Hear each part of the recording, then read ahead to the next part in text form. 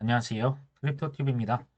이번에는 일본에서 비트코인 가격 이미 신고점을 돌파했다고 합니다. 자, 무슨 내용인지 한번 살펴보시죠. 번스타인이라고 하는 곳, 투자은행인데요. 보고서를 발표합니다. 비트코인이 올해 말 역대 최고가 경신 가능성이 있다. 실은 이제는 이런 그 보고서가 좀 식상한 수준이죠. 누구나 다 예상을 사실은 하고 있습니다. 근데요, 우리가 좀 주목할 건요. 번스타인이라고 하는 것이 미국과 유럽에서 소위 투자 은행들, 자산가들이 굉장히 신뢰 있게 즐겨보는 보고서를 매 이렇게 주기로 발간을 하는 것입니다.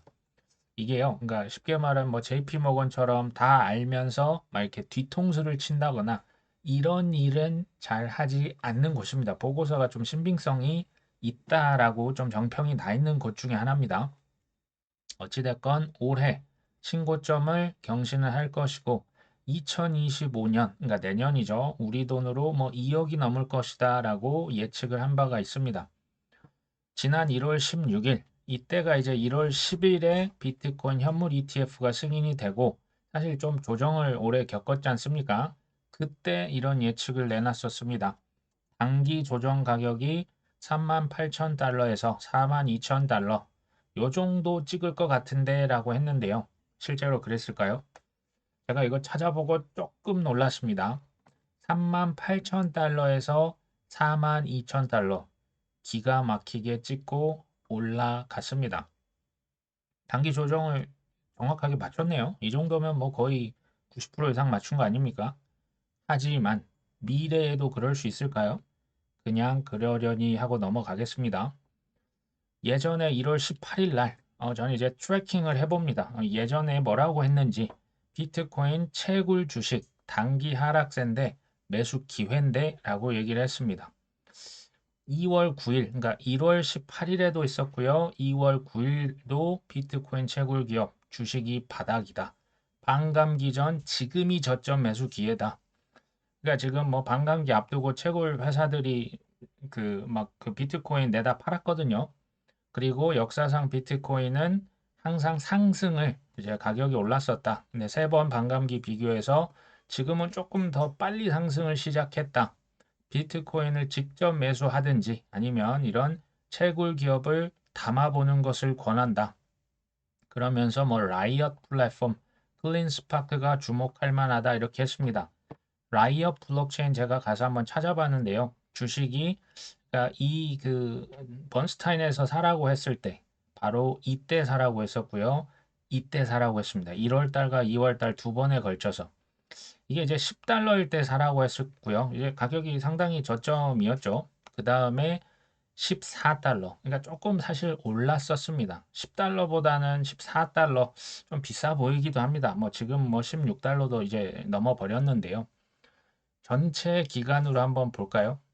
이때 사라고 했었고요. 이때 사라고 했습니다. 10달러냐, 14달러냐. 이거 중요하죠. 근데 큰 차이가 있을까요? 이전의 최고점을 보니까 얼추 봐도 3,500달러는 돼 보입니다. 이전 최고점으로 간다고만 해도 지금 이 라이엇이라고 하는 주식이 350배냐, 250배냐, 그런 차이 정도가 될 것 같습니다. 계속 말씀드리죠. 비트코인 과거에 10만 원, 20만 원, 50만 원, 100만 원. 물론 그때 당시는 중요하죠. 근데 지금 와서 보면 어떻습니까? 그냥 쟁였어야죠. 묻지 말고 쟁였어야죠. 이더리움은요.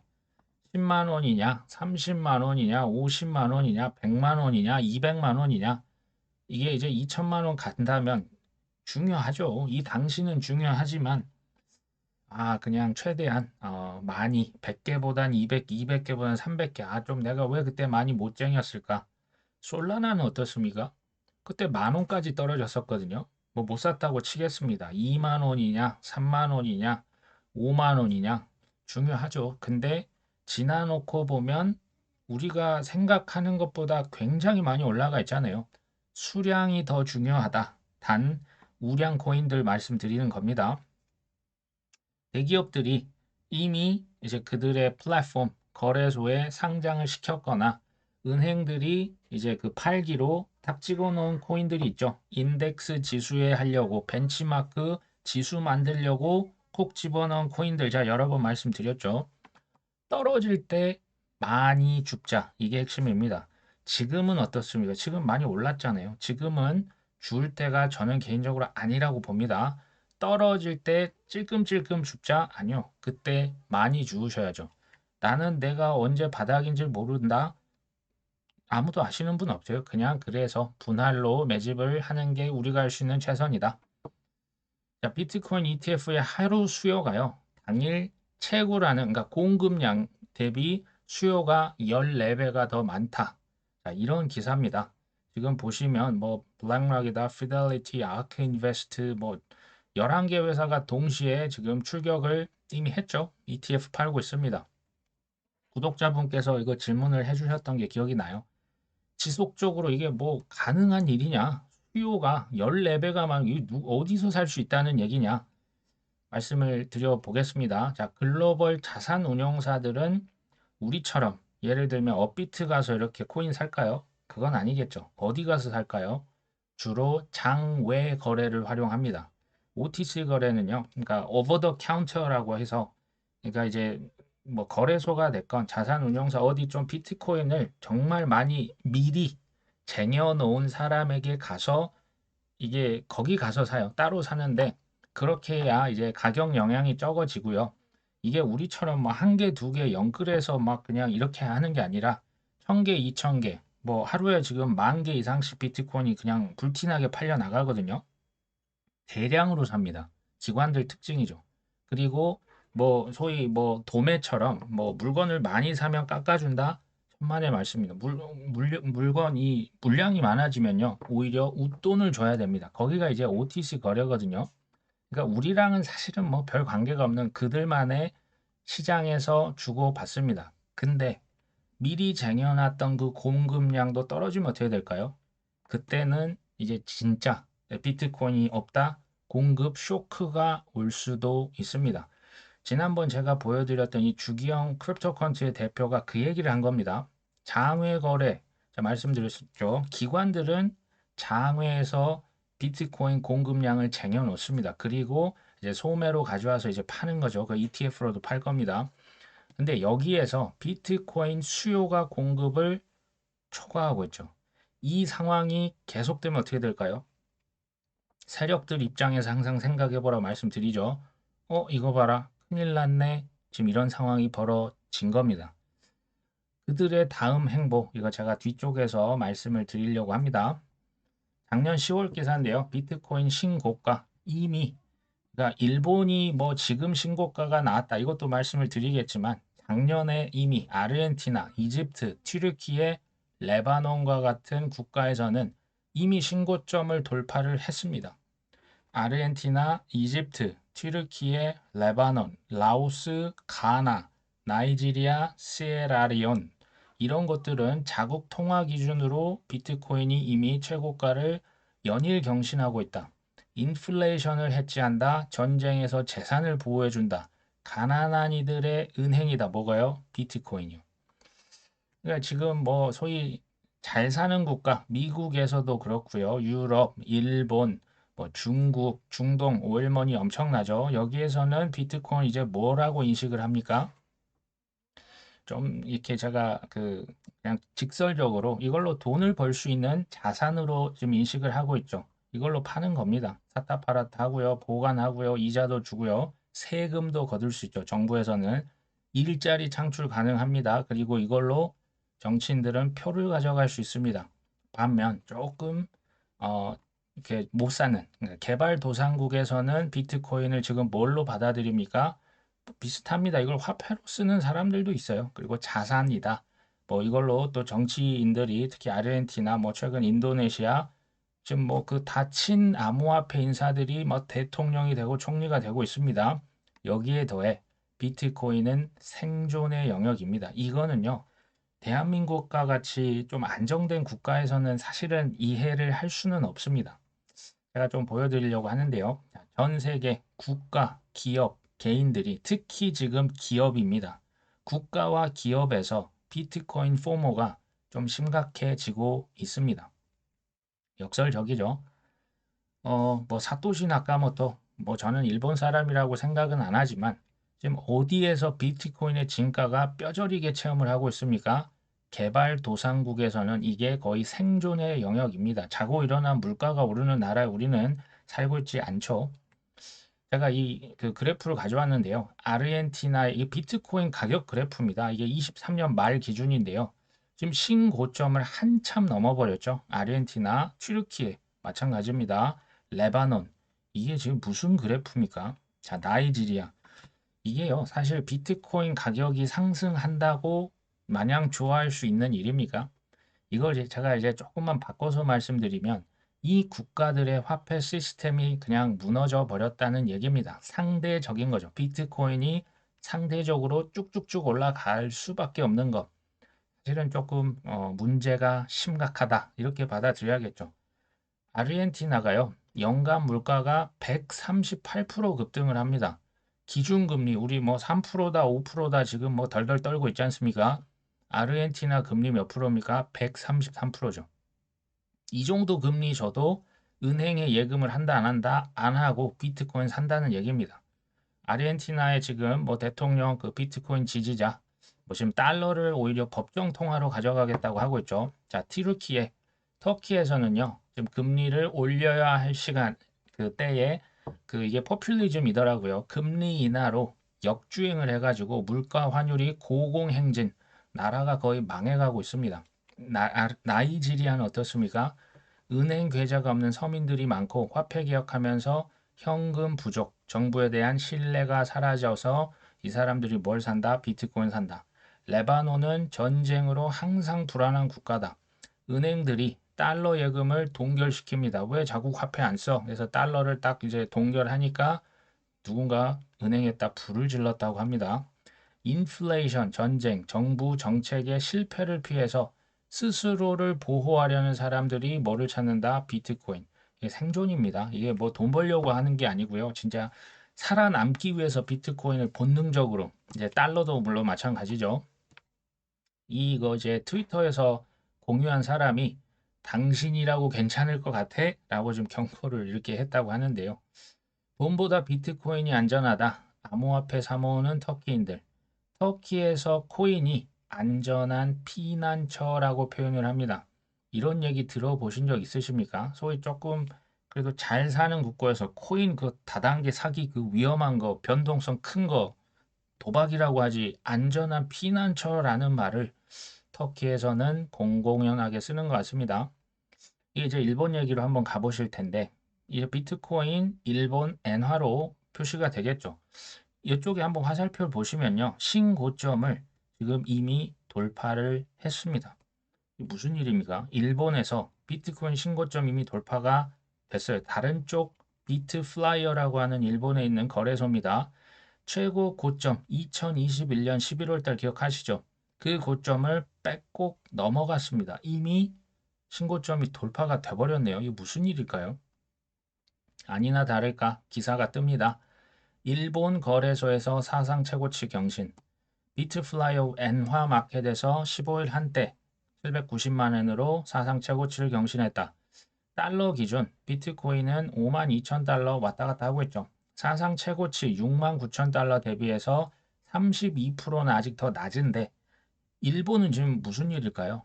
이유를 이렇게 설명합니다. 일본에서는 유동성 완화 기조를 그 유동성 완화 기조가 영향을 미친 것 같다. 연준에서 각국 중앙은행들이 공격적으로 금리를 인상할 때도 일본에서는 금리를 제로 금리를 유지하고 엄청난 화폐 지금까지도 찍어내고 있습니다. 이게 이제 사실 쉽습니다. 화폐 발행을 증가한다. 돈을 많이 찍으면 찍을수록 화폐 가치 당연히 하락하겠죠. 상대적으로 비트코인이 올라갑니까? 안 올라갑니까? 상대적인 비트코인 가격이 당연히 올라가는 거죠. 그러니까 아까 그 보셨던 개발도상국뿐만 아니라 지금 일본은 그래도 선진국 아닙니까? 세계 경제 규모 3위입니다. 3위의 개국인데 여기에서 지금 무슨 일이 벌어지고 있습니까? 비트코인이 돈을 너무 찍다 보니 일본과 같은 국가에서도 비트코인이 이제 사상 최고치 이미 경신이 돼버렸습니다. 니케이 지수, 이제 일본의 주식인데요. 이게 지난 5년간의 차트입니다. 역시 최고점을 달락말락 하다가 결국에는 근접해서 돌파를 합니다. 이게 언제점 고점이냐면요. 무려 1989년입니다. 그때 이제 일본의 잃어버린 20년, 30년 그때 최고점을 지금 근접해서 얼마 전에 돌파를 막 했습니다. 일본에도 이제 버블 최고치도 눈앞, 그러니까 이게 살짝 돌파를 순간적으로 이미 했는데요. 주식으로 갔던 유동성이 그 다음 어디로 지금 쏠리고 있습니까? 비트코인으로 쏠리고 있습니다. 지금 일본 얘기를 드리는 거죠. 세력들 입장에서는 이거 봐라, 이거 좀 큰일 났네. 비트코인으로 그렇게 너무 몰리면 안 되는데 왜 그럴까요? 비트코인을 제가 말씀드렸죠. 그들은요, 돈이 최종 목적이 아닙니다. 최종 목적은 뭐다? 통제입니다. 통제해야 되는데 비트코인은 특징이 있죠. 수량이 무한대로 찍을 수 있습니까? 아니죠. 수량이 제한이 되어 있죠. 근데 개인들이 많이 사게 되면 통제가 됩니까? 본인들이 많이 갖고 있어야겠죠. 이런 뉴스도 떴었습니다. 1월 23일 사우디와 카타르에서 비트코인 100만 개 산다던데 라고 맥스 카이저라고 하는 이제 비트코인 맥시멀리스트입니다. 이 친구가 했는데 지금 사실 이게 이제 루머입니다. 이게 뭐 팩트로 아직 뭐 이렇게 증빙된 건 아니지만 지금 미국 월가에서 이제 전통 금융이죠. 가뜩이나 뭐 채굴 기업, 마이크로 스트래티지, 뭐 현물 ETF 통해서 어렵게 비트코인을 지금 통제를 하고 있는 거거든요. 이게 이제 뭐 기존의 뭐 인프라들 다 이제 섭렵해서 본인들 수중에 뭐 미국 정부도 이제 갖고 있고요. 통제를 하려고 안간힘을 쓰고 있는데 지금 중국에서 곧 있으면 ETF 이제 승인된다고 하죠. 일본은 신고점을 경신해 버렸습니다. 사우디아라비아, 카타르, 뭐 중남미 아프리카, 뭐 개인이건 국가건 기업이건 할 것 없이 비트코인 그냥 막 치고 들어오는 겁니다. 이거는 좀 선을 넘네. 그렇다면 소위 말하는 그 세력의 행보는 어떻게 됐을까요? 이렇게 됩니다. 예전에 이 기사도 제가 보여드린 적이 있습니다. 크립토 퀀트 주기영 대표, 그 모건, 그 JP 모건 체이스거든요. 여기 은행에서 코인베이스 나 좀 코인 좀 살려고 했는데 내 계정 입금을 차단시켜 버렸네. 기억나시죠? 작년 3월 달에 무슨 일이 있었습니까? 은행 위기. 그때 망했던 은행이 대부분 뭐였습니까? 친코인 은행. 대표적인 게 실버게이트였죠. 어땠습니까? 망했죠. 미국의 코인 은행들 순차적으로 두 개, 세 개, 네 개가 없어졌습니다. 실버게이트 쇼크로 암호화폐 거래량 타격. 대형 은행이 이때부터 ETF를 제가 볼 때 이제 준비를 했겠죠. 자, 일반인과 비트코인 간의 연결고리가 뭡니까? 거래소 연동되는 은행 계좌입니다. 그럼 어디만 끊어버리면 일반인이 코인 못 살까요? 그 은행을 무너뜨리면 되겠네. 이해되시죠? 자, 일본에서 금융청. 지금 비트코인이 신고점을 경신해버렸습니다. 엔화를 너무 찍어서요. 상대적인 비트코인 가격이 지금 뭐 우리나라나 미국과 달리 이미 신고점을 개발도상국처럼 넘어가 버린 거죠. 갑자기 현지 은행에 암호화폐 거래소 법정화폐 송금 모니터링을 강화하세요라고 공고합니다. 쉽게 말하면요. 그 은행으로 들어가는 돈 조금 더 그거 좀 잘 조율해. 그거 아무나 돈 그 입금 못하게 해. 지금 이렇게 한 거예요. 이거 보면 암호화폐 거래소 계정주 이름과 송금인 이름이 다를 시에 이체를 거부한다. 보통요, P2P 거래라고 하는 게 아들이 아빠, 그러니까 아빠한테 보낼 수도 있고, 아빠가 딸한테, 미국에 있는 딸에게 보낼 수도 있잖아요. 이거 다르면 그냥 이체하지 마. 사실은 이거는 말이 안 됩니다. 첫 번째 규정이 시행될 경우, 일본 내 P2P 암호화폐 거래 시장은 혼란에 휩싸일 수 있다. 그러니까 이제 본인이 본인한테만 보낼 때만 이체가 가능하다는 얘기입니다. 제가 볼 때는 이게 왜 지금 이 시기에 나왔을지 우리나라는 어떻습니까? 가상자산 자금 세탁 막아라. 믹서 규제 도입을 검토하겠다. 카드, 신용카드로 지금 코인 산다고? 야, 안 돼. 금융위에서 여전법 개정안 입법 예고. 이게요, 최근에 일만 있었던 건 아닙니다. 이게 21년도 1월달 기사입니다. HSBC, 영국 내에서 암호화폐 거래소와 은행 간 계좌 이체를 차단한다. 종종 이게 뭐 지금 오늘 어제의 일이 아닙니다. JP 모건의 영국 그 지사가 있나 보죠. 체이스 UK가 고객의 암호화폐 거래를 차단한다. 아, 그 코인 거래소에 돈 우리로 치면 원화를 보내서 비트코인 사면 되는데 그 경로를 차단시켜 버리는 겁니다. 기관들은 비트코인 현물 ETF 통해서 매수를 할 수 있는 지금 그 게이트를 오픈을 시켰죠. 일반인들은 코인을 살 수 있는 은행 계좌를 막고 있는 사례가 생각보다 많아지고 있죠. 명분은 뭡니까? 명분 있습니다. 자금 세탁. 야, 그거 믿을 만한 돈 맞아?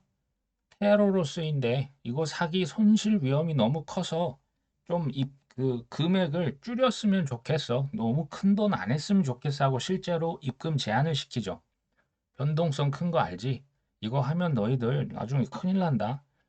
미국의 민주당 뭐 대표적인 반 그 암호화폐 인사죠. 엘리자베스 워런은 암호화폐 대놓고 죽이자고 얘기를 하고 있었죠. 혹시 의도적으로 일반인들의 비트코인 보유를 방해하는 건 아닐까요? 실제로 미국에서 1933년부터 1974년까지 미국에서는 개인들의 금 보유가 금지됐었습니다. 이게 실화입니다. 오해는 하시면 안 됩니다. 비트코인은 금지를 하냐 마냐 우려됐던 건 사실이지만 지금은 중국의 공산당마저도 비트코인 통제 안 된다 카더라 해서 홍콩을 통해서 우회적으로 지금 자금 시장을 오히려 열고 있는 게 현실입니다. 시장을 장악하고 통제하는 걸로 이미 결정을 내렸습니다. 지난 2월 15일 인도네시아의 부통령 당선자 옆에가 대통령 왼쪽이 36세의 친암호화폐 인사가 부통령이 됐다고 합니다.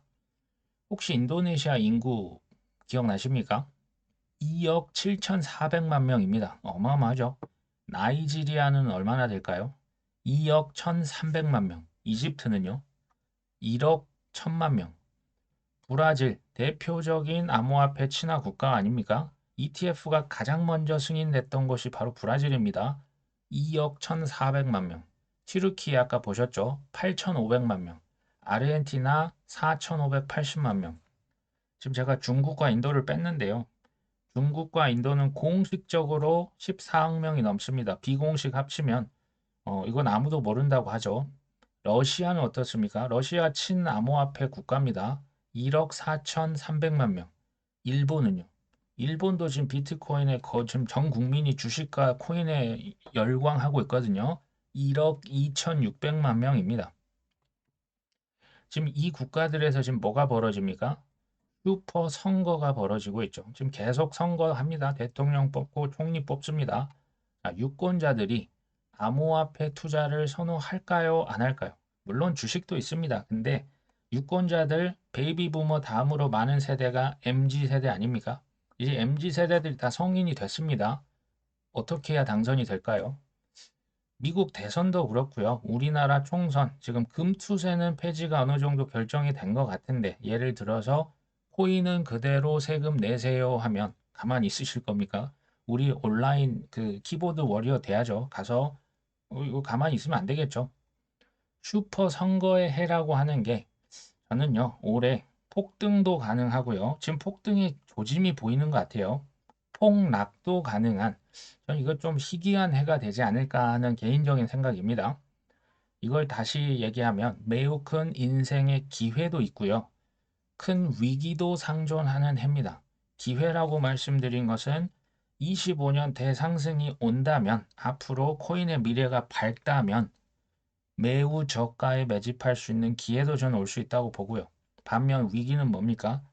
포모에 바잉한다. 추격 매수하면 나중에 큰 위기를 이제 패닉세라고 나올 수 있는 그런 위기와 기회가 저는 상존하는 게 2024년이라고 생각을 합니다.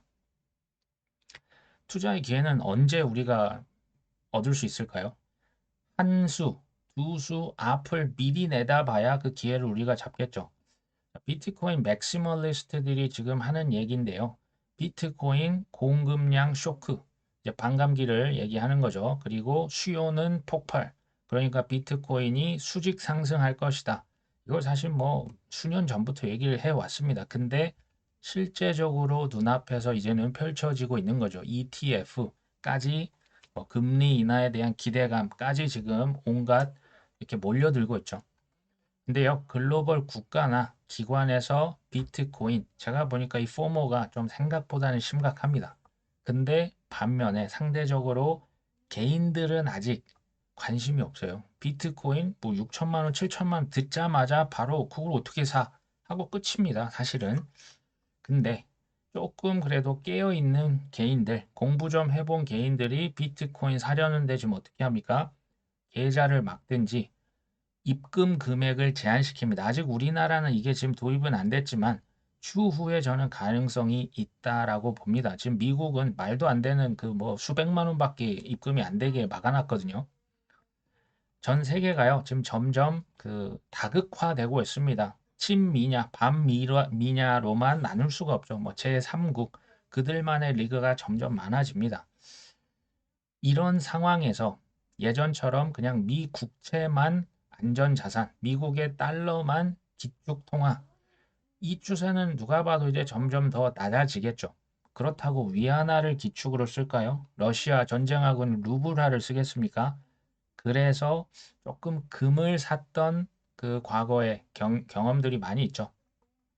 제 개인적인 생각은 금도 좋습니다. 다만 금을 그 오이다 보관하고 그게 이제 보관 비용 뭐 이체하는데 이게 쉽지 않거든요. 뭐 칼로 자를 수도 없고 향후 금보다 고성능 자산인 비트코인에 결국에는요. 지금 많이 눈 떴습니다. 근데 결국에는 더 크게 눈을 뜰 수밖에 없습니다. 자, 비트코인이요. 그렇다고 해서 크게 치솟으면 알트코인이 그 다음에 따라오겠죠. 근데 사실 2019년 6월 달 얘기를 제가 한번 드려보려고 하는데요. 이때 비트코인이 1월 대비해서 1월에 한 400만 원 했거든요. 이때 6월까지 약 4배 조금 넘게 4.5배 정도 급등을 했습니다.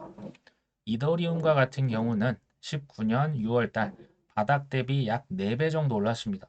비트코인이 4.5배가 올랐는데 이더리움은 지금 4배밖에 안 올랐습니다. 그 다음에 2019년 6월 달 에이다도 겨우 4배 정도 올랐습니다. 비트코인만 달리고 혹시 알트코인은 이제 재미없는 거 아닐까? 라고 생각을 하실 수도 있겠죠. 근데 최근에 보면요. 뭐 비체인이 최근에 좀 많이 올랐지 않습니까? 생각지도 않았던 비체인이 치고 올라갑니다. 근데 지금 이제 전반적으로 불고 있는 그 분위기, 그러니까 솔라나가 뭐 블록체인이 셧다운 됐는데 가격 안 떨어집니다.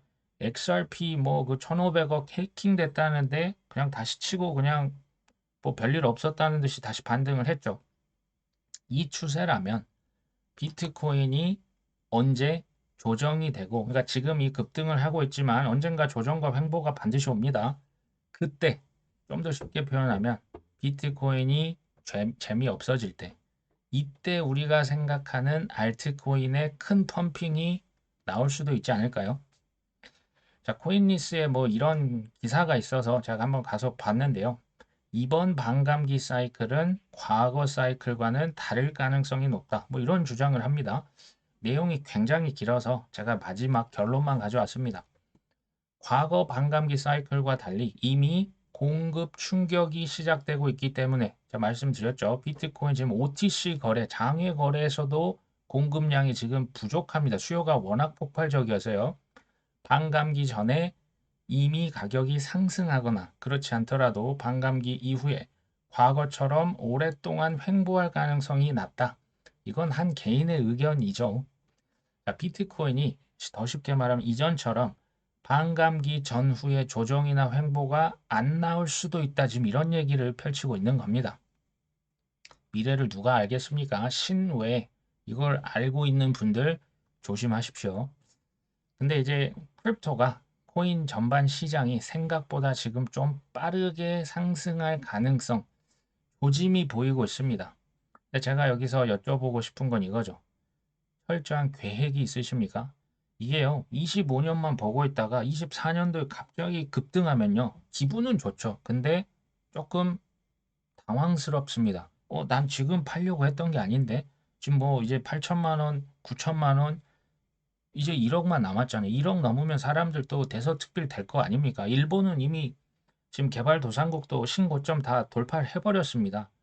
언젠가 우리나라도 이 순간이 오겠죠. 뭐 연말로 그냥 막연하게 생각했는데 생각보다 빨리 오면 사실 좀 당황스러우실 수 있을 겁니다.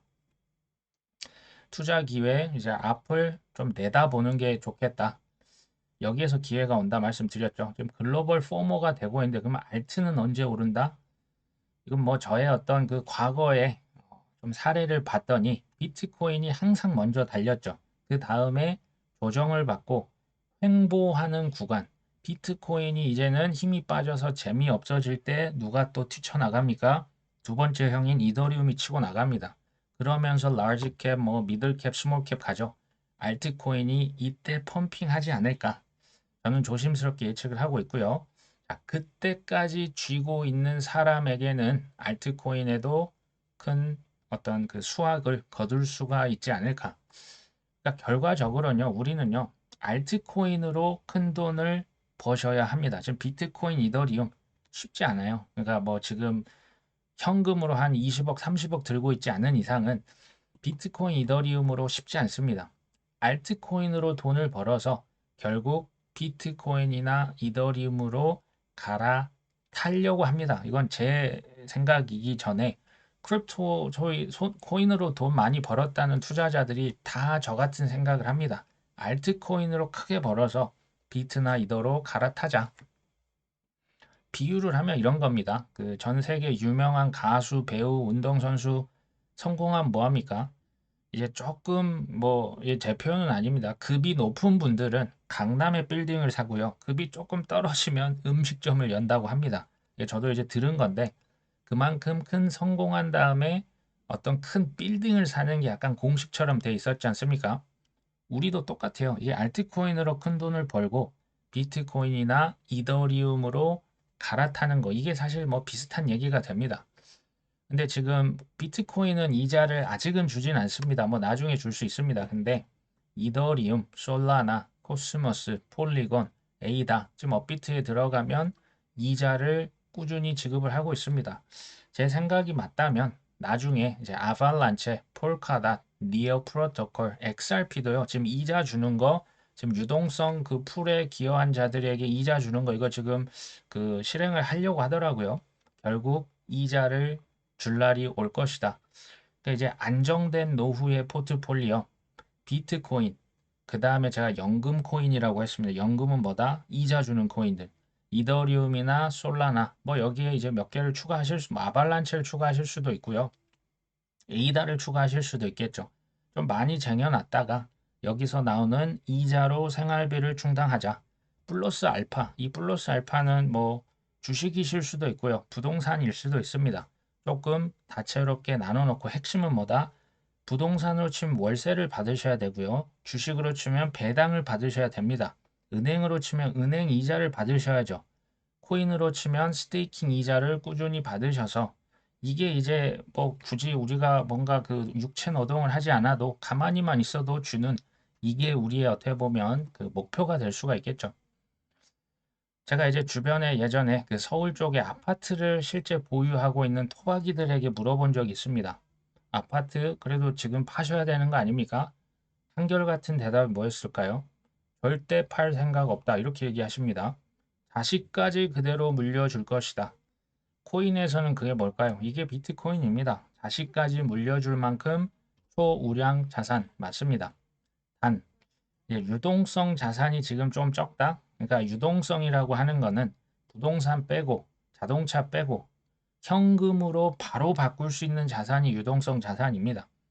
이게 좀 지금 사람에 따라서는 이게 그 뭐 10억이다, 20억이다, 50억이다 할 수 있는데요. 이게 지금 조금 적다면 알트코인으로 돈을 버신 다음에 비트나 이더로 환전을 하셔야 하지 않을까라는 생각을 합니다. 지금은 조금 가진 게 적기 때문에 큰 모험에 투자, 그러니까 코인에 투자하는 자체가 사실 큰 리스크입니다. 이거 자체 뭐 금방 다 눈 녹듯이 사라질 수 있거든요. 큰 모험을 하는 건데 이것에서 이제 지키는 투자로 가는가? 아까 안정된 노후 말씀드렸죠. 가만히 있어도 현금이 따박따박 은행에 내 계좌에 꽂힐 수 있게 하는 거.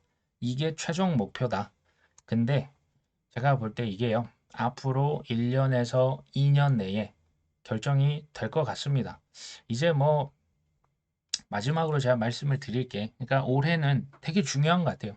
제가 어제 방송이었나요? 그 어깨에 힘 좀 빼고 투자합시다. 제가 말씀을 드린 바가 있는데요.